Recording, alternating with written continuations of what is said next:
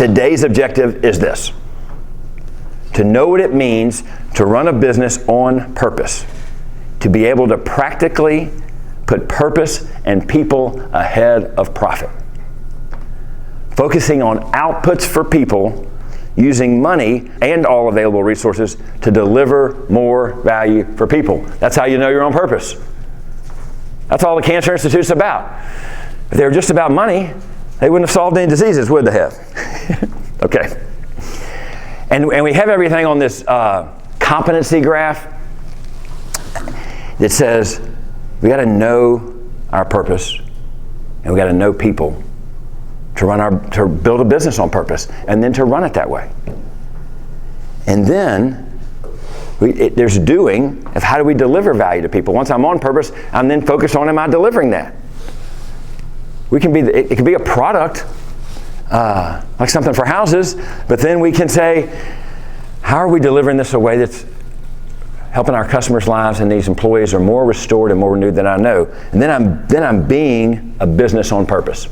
And we become unconsciously competent at that, like breathing. Who's thought about breathing this morning? So if we start doing that, we will build our businesses on purpose, and we don't even have to think about it. It will be so on purpose. There'll be challenges we have to think about a lot. There'll be maybe more challenges. But if we do it this way, the fact that it's on purpose, the fact that this is bigger than what I'm trying to extract from it from a margin standpoint or something like that, that's where businesses fail. And we're gonna prove that, okay? Now for you. What should redeemed people do with their work? Use it to bless others. Use it to bless others. Oh, I've been blessed. My work is about blessing others. What else? Pursue excellence. Pursue excellence. Why? To do it well. Have a purpose. To have a purpose. What would the purpose be? Glorify. To glorify. And then for Presbyterians and others, we say that, but then we got to bring it a notch down to what does that mean? What might that mean to glorify in your work today? And to build your business toward this purpose. Give people hope. I'll give them hope. Yeah. Redeem them. Redeem people, redeem. They redeem their work. Work is broken. Work is messed up. Work gets wrong, wanders around. Every organization does a little bit. It's all made of people. And so we're broken, but we redeem our work and be a redemptive agent for others, which means I'm going to lift this. Maybe the person knows the Lord, but he's having a bad day. I'm going to redeem this moment with him. I'm going to redeem this relationship. The two of us have got out of whack. Mike and I have been fighting all week. And so we're going to take a minute to redeem this and get back straight. And the leader, and sometimes some of you are the leaders of your organization, and some of you work for boards or others, and some of you are just starting, but the one who is redeemed is still the redemptive agent. Up. So this guy's just off. He just doesn't get it. The organization's not doing things right. Well, then I'm the redemptive agent that somehow I'm going to pray and figure out how to redeem them. So let's keep moving. But where does work go wrong? At Praxis, we looked at 3 realms of work. They look at exploitive work. Who's exploited somebody in their job before? Who's exploited their spouse? In some way, like we're creatures of doing these things. So we can manipulate, with what's in it for us. We can ask that. But then when I think what's in it for me, I do start to exploit. But then there's ethical work, doing the right thing the right way. And then there's redemptive work. But where does it go wrong? We run into things that are unredemptive, and that affects us. How do we react to some of those? We always immediately redeeming them back? One is, we try to control. Who's tried to control? If this deal will just go this way, I know the 3 steps of how a deal should go, and if it will go this way, I'm trying to make sure it goes my way. Who's done that? Okay? And here's the deal. The greatest thing about you is totally free.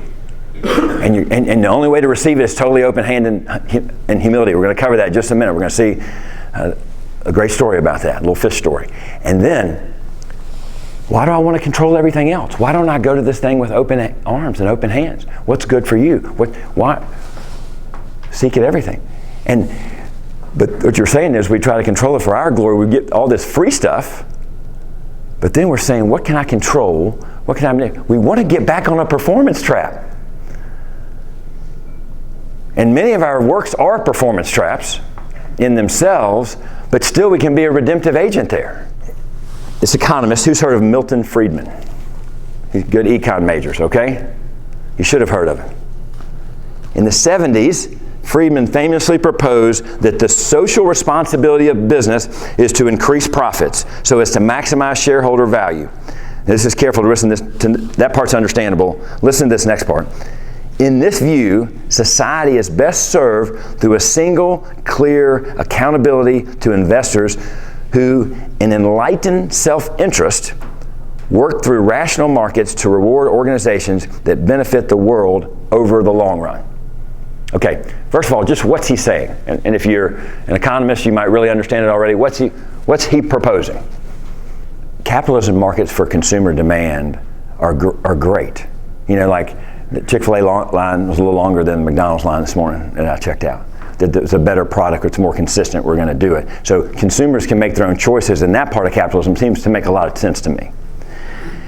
Well, he's going further than just saying if the organization will just focus on profits first, then everything will take care of itself. But what's the problem with that? In that model, who's the model good for? Shareholders. Just shareholders and investors. Or maybe. The best businesses were not built this way.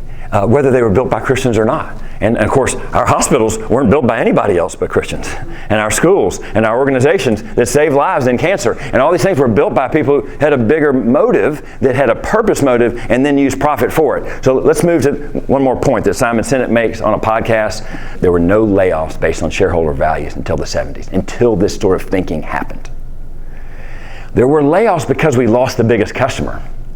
There were layoffs because the business was not, the economics of the business weren't sustainable. There were layoffs because demand decreased. There were layoffs because the business failed. There were layoffs because supply, when the war happened, the shift in what we need to do, some businesses laid off, other people started producing military product.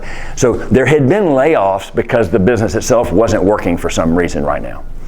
But there were not layoffs because the number we told the market we'd hit was 420, and we want to do at least 425 to get there to increase shareholder value, and we only did 417, so let's lay off so we can beat our forecast.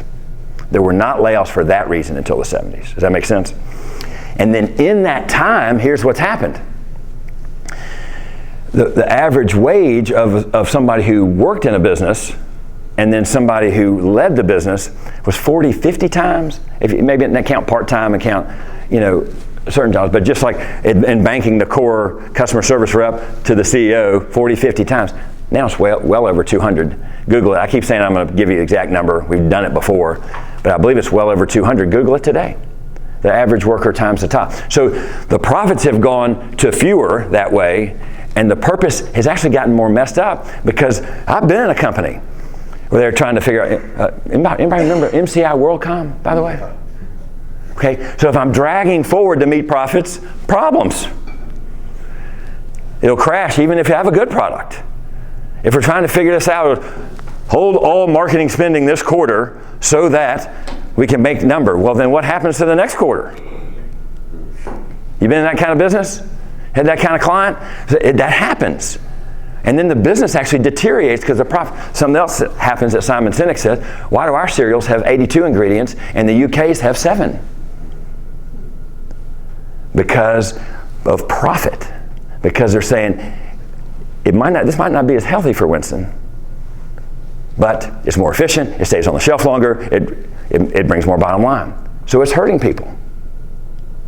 Okay? All those things happen. 2 central myths of business: the supremacy of money and the inevitability of progress. The first of these simply is the bottom line is the bottom line. It's all about the bottom line. Nearly every decision will test and reveal the leader's ultimate view of money. Namely, is money a means or is it the goal? And we already have listened. If you've never heard this video, the best 19 minutes ever on money. When I treat money as a goal, I treat people as things. You can't not do it. Who's a good salesman in here? So, you know your quota, don't you? But if I see them as people and what I want to do for them, I pray for them before I go see them. Or I say, I got to get 16 of these guys to do this thing by this week. Then they're a thing to you. At some level. At some level. So when I go profit, people, purpose, when it's money's first to the people, and then let us figure out the purpose together, I get off. Okay, I had a great guy in here early one morning, and they just said, even our Christian consultant said, focus on profit first. And I would just say, you can't find a verse on that. And he may be saying, your purpose is so good, you're doing such great work, because this guy's doing unbelievable work. That focus on profit to sustain this thing so it blesses more people. But purpose has to be first. It's in your life, and if your purpose is to glorify God and enjoy Him forever, then you're going to go, how do I line up with that? To go nickels first, can't do it. Where did we first learn how to work? This is review. In the garden. Cain and Abel. No, that's where it went off. The second time. The first words of the Bible. In the beginning, God. Everything is His. Then He gave us great dignity. I'm going to make these guys, let's make man in our image. Let's have them doing the very same work we're doing to glorify God. For from Him and through Him and for Him are all things. To Him be the glory forever. Where did you get your job? From God. That's right, Dan. Where did you get your resources? From God. Why do we pretend they're ours? Where did you get the power to do it? Through God. Where'd you get the breath in your lungs? That you don't think about. You're unconsciously competent at breathing because you're a system that God made perfectly. The power to do it is through Him. And what's the reason to go forward with this difficult meeting I don't want to have at 2 o'clock today? This is for His glory. The thing you're most excited about, the thing you're most stressed out about, it refocuses when you consider it for His glory. And this is what they said over and over at our conference at Praxis. It's all house money. It's all house money. You're a steward.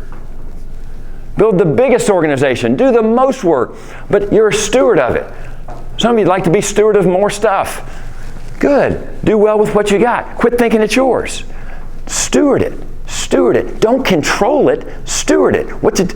Stewardship is purpose. The biggest thing you steward is your time. Next thing is just the people in your life that you're influencing. That's a stewardship. Money's down. It's somewhere at 6, 7, 8. But we get it backwards. Why is that? Why do we keep getting it backwards? We're not going to go over this fully. I've just shown you before. There's an article on the site. If you Google Live No Lies, you'll find it. But the pattern is this. There's an idea that it really is, I really can control things. This really is mine. Or, and the first original idea from the devil was there's not enough. There's not enough abundance. We're going to disprove that. But whatever it is, I've got to do this. I've got to do this. That's insight from the devil. The flesh says, well, more money is better than less money, I guess. So let's go that way. And then we look at the world and everybody's doing it that way and I'm not quite up to speed with that guy, so it confirms the pattern. That's how it goes wrong. What should we do about it? Listen to His voice. He knows us better than we know ourselves. And follow Him. Watch. So what we should do about it? We should ask Jesus. And remember, a fish story. Let's hear a fish. Who likes a good fish story? Of course you do. One day as Jesus was standing by the lake at Gennesaret, the people were crowded around Him and listening to the word of God. He saw at the water's edge 2 boats left there by the fishermen who were washing their nets. He got into one of the boats, the one belonging to Simon, and asked him to put out a little more from shore. Then he sat down and taught the people from the boat. When he had finished speaking, he said to Simon, "Put out into deep water and let down the nets for a catch." Okay. I've been fishing all night. Pastor, are you kidding me? He'd been I love the message he did on the edge of my boat. I really appreciate that. It encouraged me in lots of ways. But don't tell me how to fish. He's invited their pastor to their office and said, help me figure out this thing. Should I buy this business? Should I? What's the better way to tweak the algorithm to get more givers, to get more people to buy this? Listen to his voice. So, who watches The Chosen some? You're familiar with that? Okay, let's watch this. Listen. What's the first listening? Who's done what Jesus told him to do reluctantly? How'd it work out? Whose fish are those? Huh? They've been striving and sweating for fish all night.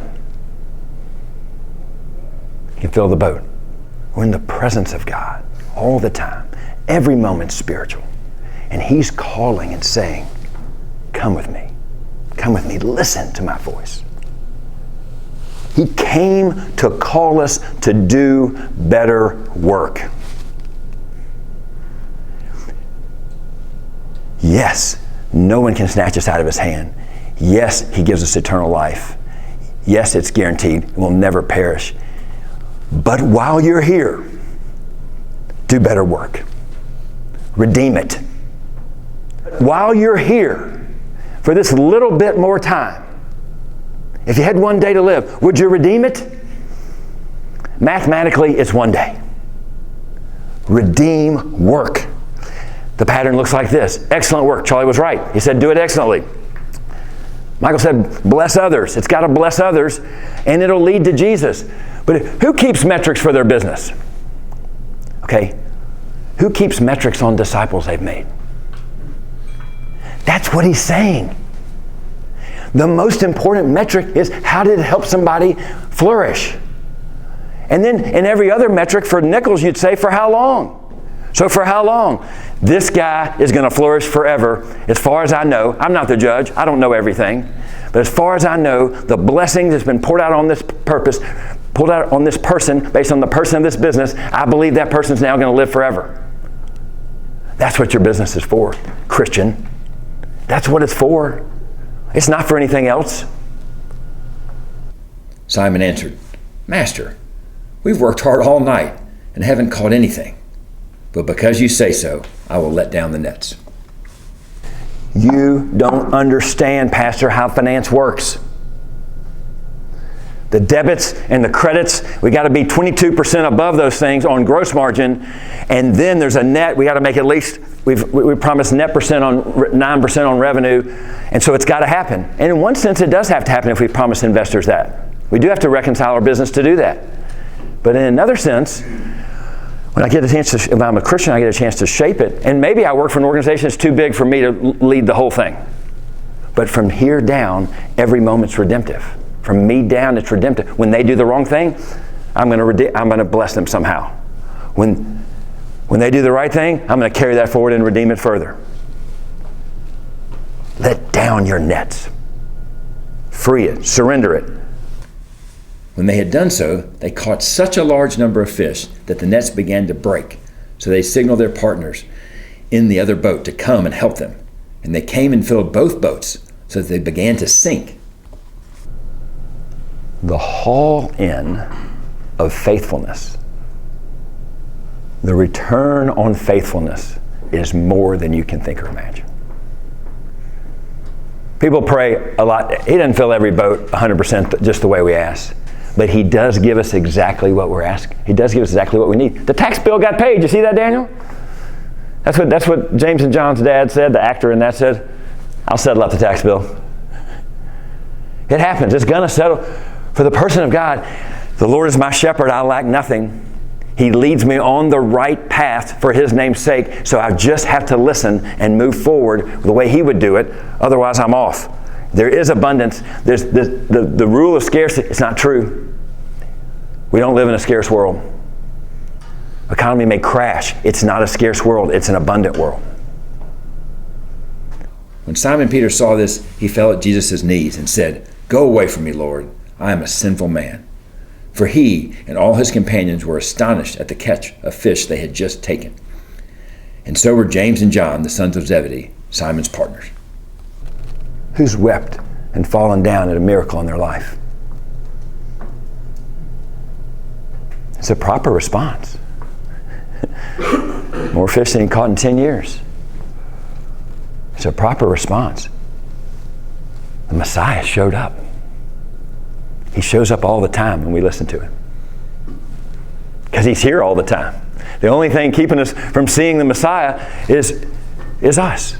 He's speaking. He's saying, listen. He's saying, I know how bad it is. I know how good it could be. Again, that business, it's all so that we can fix this problem, so that we can really get this thing going. Those are our so that's of work. I know. Why was his response proper? What can you identify with in that? He now knows the number one thing we all need to know, that we're totally dependent. All this trying to control is trying to say we're independent. There's a difference in faithfulness and striving for independence. Then Jesus said to Simon, "Don't be afraid. From now on you will fish for people." So they pulled their boats up on shore, left everything, and followed him. How does obedience reduce fear? Who's been worried about their business this month or what I should do next? 100%? Okay, good. How does obedience to your purpose on your life reduce fear? Because really all my stress has to do with I think I'm in control. So I got to do this one more thing to be in control. There's really not stress in obedience. I might end up in prison like Joseph. I was obedient and did the right thing. He got put in prison. There are missionaries all over the globe suffering like that. So I might have to do the right thing in business. But I know he's got it. I might not like the situation, but your stress is totally caused by thinking you can control it. So that's how it reduces fear, because now I'm trusting in one who's already promised it's going to happen, who's already filled the boat. Whose fish are they? Yeah, and then he's so good to us. Business should run in this order. Purpose. Align with your purpose as a human. Align it. Take your business, whether you own 17, whether you have aspirations to own one, whether you work just underneath the leader, or whether you're just starting, align your purpose into the business. You're still building a business in your downline. Yes? So align it with your purpose as a person, which will be caring for people. Paul summarized the whole law. Jesus summarized his 2 commands. Somehow Paul met Jesus face to face and then was able to summarize it down in Galatians 5:14. Love in all things, the law is completed by loving your neighbor. So it loves and cares for the people right in front of you today, the souls you're meeting with. And then, yes, when you really know you're on purpose, you can tell your investors, you can tell your boss, you can tell, hey, we're going to need some more. This is really important work. We're going to need some more nickels to do it because we have this growth plan.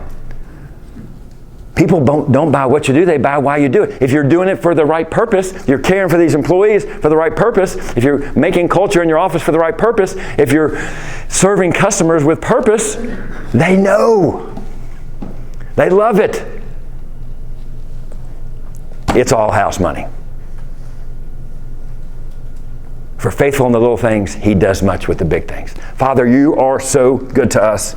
More than we know. Way more than we know. And when we know it, then we can lean in to the fact that you're our shepherd and we lack nothing, and do your will and let you guide us on the right path for your name's sake.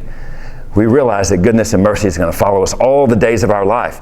And we're going to dwell in your house forever. So we use the things we've been given, our time, our relationships, our nickels, our gifts, our strategic abilities, to all build a business on purpose that blesses others, that leads to you. Help us to do it, King Jesus. We know you will. We're confident. In your name, amen.